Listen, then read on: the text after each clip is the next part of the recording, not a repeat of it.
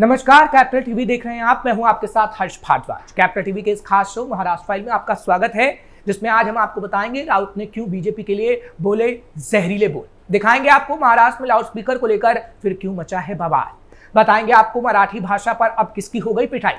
दिखाएंगे आपको रोहित पवार क्यों हुए आग बबूला और बताएंगे आपको विपक्ष सत्ता पक्ष से क्यों है खफा। लेकिन उससे पहले एक नजर महाराष्ट्र की टॉप हेडलाइंस पर। उद्धव राज ठाकरे की एकता से महाराष्ट्र को मिलेगी नई दिशा। संजय राउत बोले बीजेपी का मराठी अस्मिता से कोई लेना देना नहीं। महाराष्ट्र में पूजा स्थलों से हटाए गए 3,367 लाउडस्पीकर। सीएम फडणवीस ने दी कड़ी चेतावनी। महाराष्ट्र में भाषा को लेकर फिर बवाल। ऑटो ड्राइवर के साथ एमएनएस शिवसेना कार्यकर्ताओं ने की मारपीट। रोहित पवार के खिलाफ मनी लॉन्ड्रिंग में ईडी की चार्जशीट। बदले की रणनीति का लगाया आरोप। महाराष्ट्र में गरमाई सियासत। महाराष्ट्र में अर्बन नक्सल बिल के खिलाफ एकजुट नहीं हो पाया विपक्ष। राजनीतिक विरोधियों को निशाना बनाएगी फडणवीस सरकार। शिवसेना यूबीटी के सांसद संजय राउत ने रविवार को अपने साप्ताहिक कॉलम रोक ठोक में उद्धव ठाकरे और राज ठाकरे से एकजुट होने की अपील की है। उन्होंने दावा किया कि अगर ये दोनों भाई साथ आते हैं तो ये महाराष्ट्र को एक नई दिशा देगा। संजय राउत ने दावा किया कि बीजेपी का महाराष्ट्र की एकता और मराठी अस्मिता से कोई लेना देना नहीं है। उन्होंने आरोप लगाया कि बीजेपी की नीति पहले मुंबई को लूटने, फिर मुंबई को केंद्र शासित प्रदेश बनाने, अलग विदर्भ का खेल खेलने और अंत में महाराष्ट्र की पहचान को खत्म करने की है। राउत ने कहा कि लोग मुख्यमंत्री देवेंद्र फडणवीस को नहीं भूले हैं, जब उन्होंने नागपुर में आंदोलन के दौरान विदर्भ ही मेरा एकमात्र राज्य है वाले पोस्टर लेकर प्रदर्शन किया था। उद्धव गुट के नेता ने चेतावनी दी कि अगर ठाकरे बंधुओं की एकता और नेतृत्व नहीं बचा तो एक दिन मुंबई अडानी, लोढ़ा जैसे बड़े पूंजीपतियों की झोली में चला जाएगा और शायद वो महाराष्ट्र का हिस्सा भी नहीं रहेगी। 5 जुलाई को उद्धव ठाकरे और राज ठाकरे करीब 2 दशक बाद पहली बार एक साथ मंच पर आए, जब राज्य सरकार ने पहली कक्षा से हिंदी लागू करने वाले 2 सरकारी आदेश वापस लिए।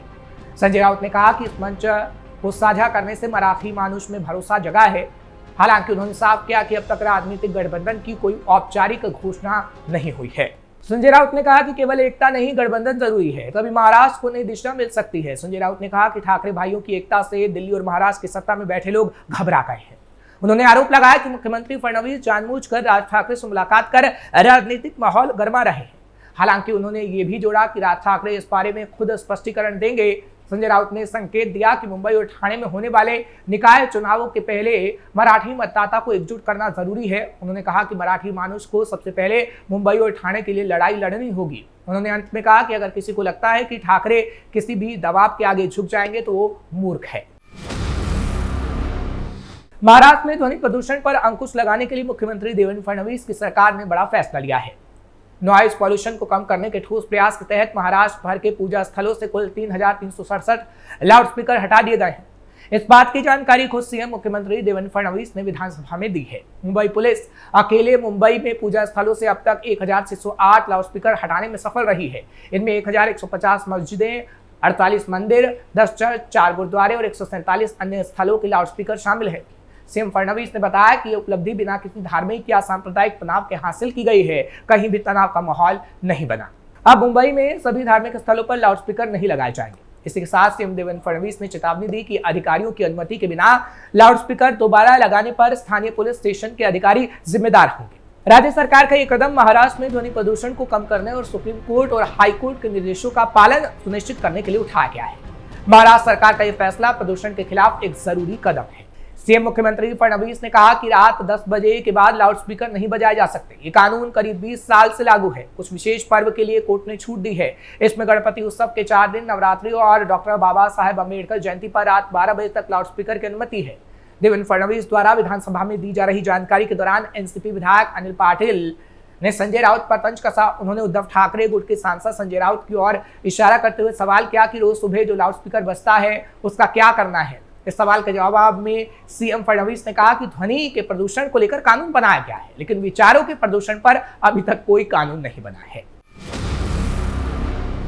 महाराष्ट्र के पालघर जिले के विरार इलाके में हिंदी बोलने वाले एक ऑटो ड्राइवर के साथ कुछ लोगों ने मारपीट कर दी। इस घटना के पीछे वजह सिर्फ यह थी कि ऑटो चालक ने सोशल मीडिया पर एक वीडियो में कहा था, मैं हिंदी बोलूंगा, मराठी नहीं। शख्स का वीडियो वायरल होने के बाद शिवसेना, उद्धव गुट और महाराष्ट्र नवनिर्माण सेना यानी एमएनएस के कार्यकर्ताओं ने मिलकर उसके साथ मारपीट की। कुछ दिनों पहले सोशल मीडिया पर एक वीडियो वायरल हुआ था जिसमें एक व्यक्ति भावेश पडोलिया और एक ऑटो रिक्शा चालक के बीच बहस हो गई थी। जब भावेश ने ऑटो चालक से पूछा कि वो मराठी में बात क्यों नहीं कर रहा है, तो चालक ने कहा, मैं हिंदी बोलूंगा, भोजपुरी बोलूंगा, मराठी नहीं। इस वीडियो के वायरल होने के बाद शनिवार को शिवसेना, यूबीटी और मनसे के कुछ कार्यकर्ताओं ने विरार स्टेशन पर उस ड्राइवर को पहचान कर घेर लिया और सबके सामने उस पर थप्पड़ बरसाए। इस घटना में महिलाएं भी शामिल थी। घटना के वक्त पर शिवसेना, यूबीटी के विरार शहर प्रमुख उदय यादव भी मौके पर मौजूद थे। उन्होंने मीडिया से कहा, अगर कोई महाराष्ट्र मराठी भाषा या मराठी मानुष का अपमान करेगा तो उसे शिवसेना वाले जवाब देना जानते हैं। उन्होंने कहा कि इस ड्राइवर ने मराठी अस्मिता का अपमान किया, इसलिए हमने उसे सिखाया कि महाराष्ट्र में रहकर ऐसी बातें नहीं किया करते, उसे माफी मांगनी चाहिए। हालांकि इस मामले को लेकर पुलिस ने अब तक एफआईआर भी दर्ज नहीं की है। पालघर पुलिस का कहना है कि हमें वीडियो मिला है और हम तथ्यों की जांच कर रहे हैं, लेकिन अब तक किसी भी पक्ष ने शिकायत दर्ज नहीं करवाई है। हालांकि सोशल मीडिया पर वायरल वीडियो में साफ देखा जा सकता है कि किस तरह से एक व्यक्ति के साथ भीड़ ने मारपीट की और उसे अपमानित किया। ये पहली बार नहीं है जब महाराष्ट्र में भाषा को लेकर ऐसी हिंसा हुई। 1 जुलाई को ठाणे में मनसे कार्यकर्ताओं ने एक स्ट्रीट फूड वेंडर को थप्पड़ मारा था क्योंकि वो मराठी में बात नहीं कर रहा था। उस घटना के बाद व्यापारियों ने विरोध भी किया था। एनसीपी एसपी के एमएलए और शरद पवार के पोते रोहित पवार का नाम ईडी की चार्जशीट में आ गया है। ये chargesheet Maharashtra state cooperative bank घोटाले से जुड़ी है। रोहित पवार का नाम चार्जशीट में आने के बाद सियासत शुरू हो गई है। रोहित पवार ने इस सरकार की बदले की राजनीति बताया है। उन्होंने कहा कि वो कानूनी लड़ाई के लिए तैयार है।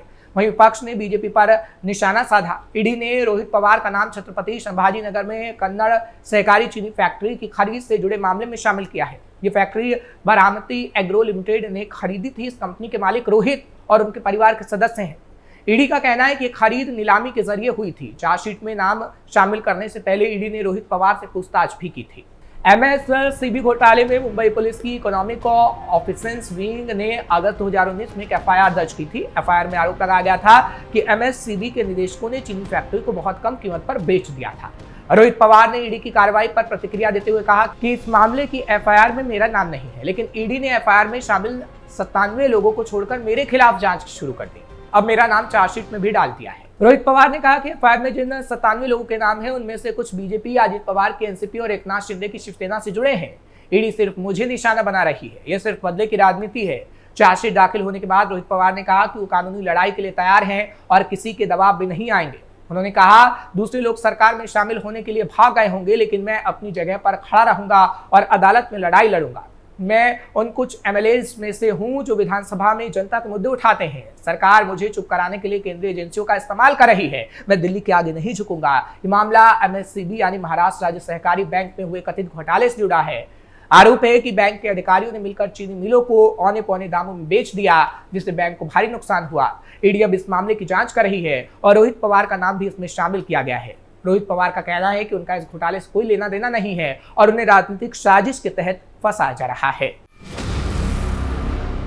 क्या महाराष्ट्र में विपक्षी महाविकास आघाड़ी यानी एमवीए गठबंधन एकजुट नहीं है?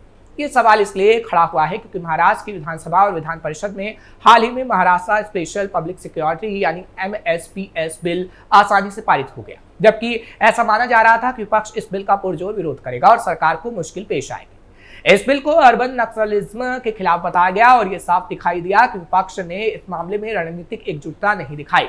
हालांकि अभी ये देखना बाकी है कि इस कानून के खिलाफ क्या महाराष्ट्र में लोग सड़कों पर उतरेंगे।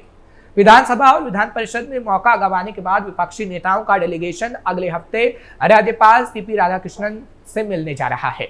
एमवीए में शामिल दल कांग्रेस, एनसीपी, शरद पवार और शिवसेना, यूबीटी वामपंथी संगठनों के साथ मिलकर फडणवीस सरकार के खिलाफ पूरे महाराष्ट्र में अभियान शुरू करने की योजना बना रहे हैं।